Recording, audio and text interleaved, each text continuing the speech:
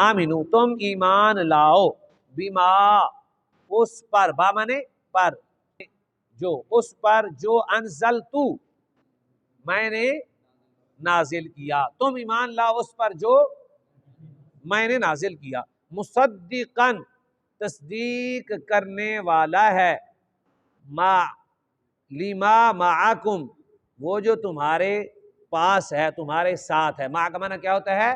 ساتھ، تمہارے ساتھ، یعنی تورات جو ہے تمہارے پاس نا، جو میں نے نازل کیا ہے یہ تورات کی بھی کیا کرتا ہے؟ تصدیق کرتا ہے، تمہاری تورات میں جو کچھ ہے اس میں آ گیا ہے، تم بیچ میں ڈنڈی نہ مارو۔ وآمنوا اور ایمان لاؤ اس پر جو میں نے نازل کیا، مصدقاً وہ تصدیق کرنے والا ہے اس کی جو معکم تمہارے پاس ہے، تمہارے ساتھ ہے، پاس بھی کر سکتے ہیں ساتھ بھی۔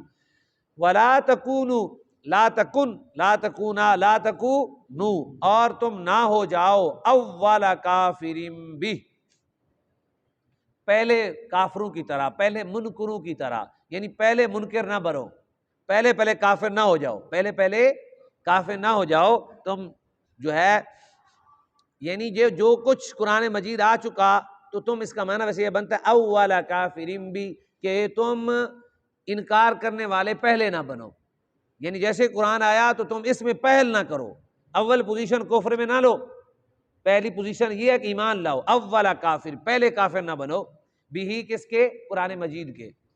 ولا تشتروا بآیاتی اور نہ، مشتری جانتے ہیں نا، مشتری بے لکھا ہوتا ہے ہمارے خرید و فروخت پر، لا تشتر لا تشترا لا تشترو اور نہ تم خریدو، نہ تم بیچو، نہ تم بآیاتی میری آیات کو، بامانے کو، میری آیات کو، ثمناً قلیلاً تھوڑی سی قیمت میں، ثمن کہتے ہیں قیمت کو، ثمناً قلیلاً، قلیل مانے تھوڑا، قلیل تو آپ نے پڑھا ہوا ہے نا، تھوڑا، تھوڑے سے مال کے بدلے، تھوڑے سے ثمن کے بدلے میری آیات کو نہ بیچو۔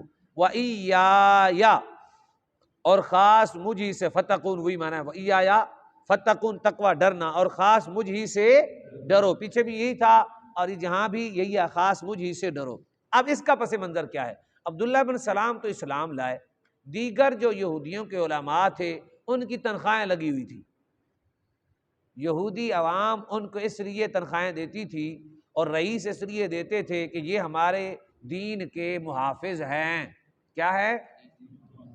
دین کے محافظ ہیں، لہٰذا یہ ہمارے دین کی حفاظت کریں گے، تو اس لیے وہ ان کو کوئی کام نہیں کرنے دیتے تھے، ان کے اخراجات اٹھاتے تھے، ان کا احترام کرتے تھے، ہر چیز میں ان کا حصہ ہوتا تھا، فصل آئی فصلوں میں حصہ، ان کی تجارت آئی تجارتوں میں حصہ، اعلیٰ قسم کے ان کے گھر، اعلیٰ قسم کی ان کی سواریاں، احترام کرتے تھے، ہر طرح کا احترام کرتے تھے، اور معاملات تمام کی طرح ان کے مشورے سے ہوتے تھے، اور ان کا بڑا مقام اور بڑا مرتبہ تھا، ظاہر ہے وہ جو فیصلہ کر دیتے اس کو وہ تسلیم کرتے تھے، اور جو کچھ ان کو چاہیے ہوتا وہ بھی دیتے، اور ہر چیز پہلے ان کو پیش کرتے، جو کچھ ان کا بنتا پکتا، فصلیں ہوتی، تجارتیں ہوتی، اور مالی لحاظ سے بڑے مضبوط تھے یہودی، آج بھی مضبوط ہیں۔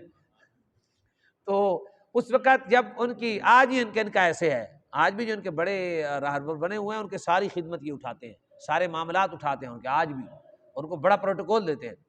اب کیا ہوا، یہ جو اللہ تبارک و تعالیٰ فرمایا کہ میری آیات کو تھوڑے سے مال کے بدلے نہ بیچو، یہ علماء کو کہا، پہلے تھی یہودی سارے، اب علماء بھی بیچ میں آ گئے، پہلے علماء بھی تھے، یہودی بھی تھے، اب صرف علماء ہیں، علماء کو کہا، انہوں نے ایسے کیوں کیا؟ انہوں نے کہا کہ اگر ہم انہیں بتاتے ہیں کہ یہ آخری رسول ہیں تو ساڑھے نذرانے، بات سمجھ آ گئی؟ ہمارا احترام چلا جائے گا، احترام تو پھر انہی کا ہوگا، ان کے امتی بن جائیں گے، پھر ان کے ہاتھ چومیں گے، ان کے پاؤں چومیں گے، ان کے پیچھے کھڑے ہوں گے، ساڑھے نذرانے بند ہو جائیں گے۔ صرف نذرانے کے پیچھے انہوں نے اللہ کے رسول کی نبوت کو چھپایا، علماء نے نبی علیہ الصلوۃ والسلام کے اوصاف کو چھپایا۔ کیا طریقہ کار کرتے تھے؟ جب حضور کا سامنے تو ذکر ہوتا، ذکر آتا تو اس میں خلط ملط کر دیتے تھے۔ بعض لوگوں کی عادت ہے، جب حضور کی شان آتی ہے نا، اب بھی کچھ لوگ ایسے ہیں، جب شان آتی ہے تو حضور کی شان میں اپنی طرف سے خلط ملط کر کے خوف زدہ ہوتے ہیں، وہ کہتے ہیں شاید توحید کا مسئلہ بن گیا ہے۔ تو ایسا نہیں ہے، یہ یہودیوں کا وتیرہ تھا، حضور کی شان آتی تو فوراً اس میں خلط ملط کر دیتے، یعنی کیا کہتے کہ جو ہے نا یہ نبی نہیں ہے، وہ اور نبی ہیں، یا پھر کہہ دیتے کہ یہ نبی تو ہیں لیکن ابھی ہم نے اس پہ ایمان نہیں لانا، دیر ہے ابھی تحقیق کرنے دیں. یعنی اس طرح کی شک و شبہات والی بیچ میں باتیں کر دیتے. ان کو کہتے نہیں ابھی ٹھہر جاؤ، ابھی تحقیق ہو رہی ہے، پھر تحقیق ہو گیا یہ نہیں ہے، کچھ تحقیق ہو گیا ابھی سوچ رہے ہیں. اس طرح کر کر کے پوری قوم کو ٹالا. قوم میں تو لوگوں کو پہلے بیان تو کرتے تھے، وہ پوچھتے بھی تھے. تو اب یہ معاملہ بنا کہ اگر قوم ایمان لانا چاہتی تھی تب بھی کیا خرابی کی علماء نے. اب بھی ایسے ہوتا ہے، بعض علماء جو میڈیا پہ تشریف فرما ہوتے ہیں، بعض سارے نہیں، الا ماشاء اللہ، وہ جب ان کے سامنے عورت بیٹھی ہوتی ہے بے پرد، وہاں وہ تبلیغ نہیں کرتے، وہ ہمیں تبلیغ کر رہے ہوتے ہیں ٹی وی کے اوپر بیٹھ کے. وہاں بھی تبلیغ کرنی چاہیے کہ نہیں کرنی چاہیے؟ حق کو باطل کو جدا کرنا عالم کا کام ہے. باطل کو چھپانا حق، باطل کو چھپانا حق کو ظاہر کرنا، حق کو چھپانا باطل کو ظاہر کرنا، یہ بھی یہودیوں کا کام ہے. حق کو بھی ظاہر کرنا ہے، باطل کو بھی، لیکن حکمت عملی کے ساتھ. کیا جی؟ لیکن کسی کو سمجھ ہو نا حکمت عملی کہتے کسے ہیں، یہ کسی کو نہیں معلوم. یہاں ایک جملے پہ حکمت عملی بھی آپ کو سمجھا دوں. حکمت عملی کس کو کہتے ہیں؟ حکمت عملی ہرگز اس کا نام نہیں ہے کہ اللہ کے احکام ہی چھپا دو. جی ابھی شر ہو رہا ہے احکام چھپانے ہیں، ابھی شر ہو رہا ہے احکام ظاہر نہیں کرنے، احکام حرام و حلال کے نہیں بتانے. سامنے لوگ بیٹھے ہیں بڑے پاورفل ہیں، اگر ہم نے بتایا سود خور کا یہ سزا ہے تو یہ تو بڑا شر کھڑا ہو جائے گا. لیکن حکمت عملی یہ ہے کہ آج شفاعت پہ تقریر کی جائے. حکمت عملی کو جو اللہ کے نیک بندوں نے ہمیں سمجھایا، بزرگوں نے جو ہمیں تعلیم دی، وہ بڑی بہترین ہے. حکمت کہتے ہیں یعنی ایسا عمل اللہ کے حکم کو بجا لانے کے لیے ادا کرنا کہ سامنے بندے کو حکم بھی پہنچ جائے، فساد کا اندیشہ زیادہ نہ ہو، یا سارا ہی نہ ہو یا بہت کم ہو جائے.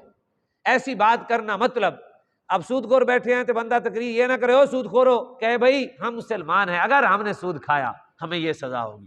اب جب ہم آ جائے گا تو ان پر اٹیک ہوگا. اگر بات کرتے ہوئے میں کہتا ہوں کہ بھائی رشوت خور سارے بیٹھے ہیں، مجھے بلایا، اور میں کہتا ہوں بھی ہم ہیں تو ہم نا مسلمان تو ایک ہے نا، پھر ہم کہتے ہیں جی ہم نے اگر رشوت کھائی، میں اپنی مثال دے دیتا ہوں کہ یار میں مصلی پہ کھڑا ہوتا ہوں، ایک آدمی میری خدمت کرتا ہے اور وہ شراب پیتا ہے، شراب بیچتا ہے، میں اس کے گھر جاتا ہوں، اس کو تقریر نہیں کرتا، تو میں بھی رشوت خور ہوا. تو اس لیے ہم مسلمان ہیں، ہمیں رسول اللہ نے روکا ہے. تو یہ اللہ کے احکام کو کسی حکمت، کسی اچھے عمل سے پہنچانا. بتائیں یا رسول اللہ صلی اللہ علیہ وسلم سے بڑی حکمت عملی ہو سکتی ہے؟ حضور نے بتوں کو برا بھلا کہا کہ نہ کہا؟ حضور نے کہا تم باطل ہو، تو حکمت عملی تو یہی ہوتی ہے. حکمت عملی یہ تھی کہ حضور مسکراتے، میرے آقا تبسم فرماتے، رسول اللہ صلی اللہ علیہ وسلم کو تکلیفیں ہوتی حضور خاموشی اختیار فرماتے. یعنی حکمت عملی یہ ہرگز نہیں ہے کہ احکام چھپا دو، حق کو چھپاؤ باطل کو چھپاؤ. یہ نئی حکمت عملی اختیار کی جس نے میڈیا پہ مشہور ہونا ہوتا ہے، کہتے ہیں حکمت عملی ہے، بڑے پرابلم ہیں، بڑے مسائل ہیں، لہٰذا حکمت عملی یہ ہے. حکمت عملی ہمارا ٹھیکہ نہیں ہے کہ ساری کائنات کو ہم نے کلمہ پڑھانا ہے یا پورے ملک پہ ہم نے نظام لانا ہے، یہ اللہ جانتا ہے. ہمارا کام ہے دین کو کما حق کو پہنچا دینا. بس سب کو اگر کلمہ پڑھانا ہوتا تو پھر رسول اللہ پڑھا کے جاتے. اگر دین پوری دنیا میں پہنچانا ہوتا تو پھر رسول اللہ پہنچا کے جاتے. لہٰذا یہ بڑی بات سمجھنے والی ہے. بات یہودیوں سے چلی اور بالکل یہودیوں والا نظارہ جو حضور کے زمانے میں تھا. ناراض نہیں ہونا، آپ حامل قرآن ہیں، اللہ نے آپ کو خوش بخت بنایا ہے.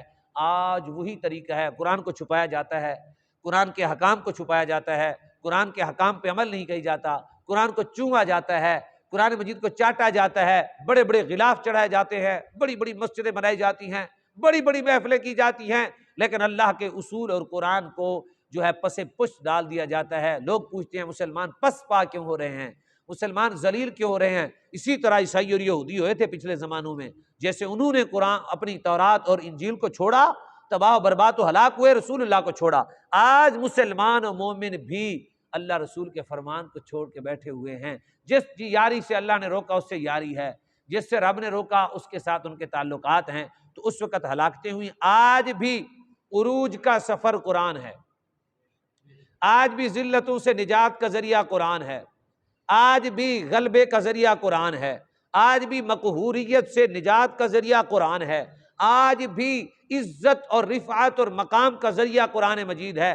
آج بھی کتاب انقلاب ہے. اگر ہم صرف چومنے سے نکل کر ان کے اصول کو، ان کے ضوابط کو اپنے گھروں میں، اپنی عدالتوں میں، اپنے معاملات میں لائیں، دن نہیں لگیں گے، دن نہیں لگیں گے، مہینے کی ضرورت ہی نہیں ہے. کچھ عرصے میں ہی سارے معاملات درست ہو جائیں گے۔ اسلام ایک امن ہے، پھر کفار بھی کہیں گے کہ جناب یہ تو بڑا امن ہے، یہ تو بڑا امن ہے، یہ تو بہت چیز ہے۔ تو اس لیے بڑی سمجھنے والی باتیں ہیں۔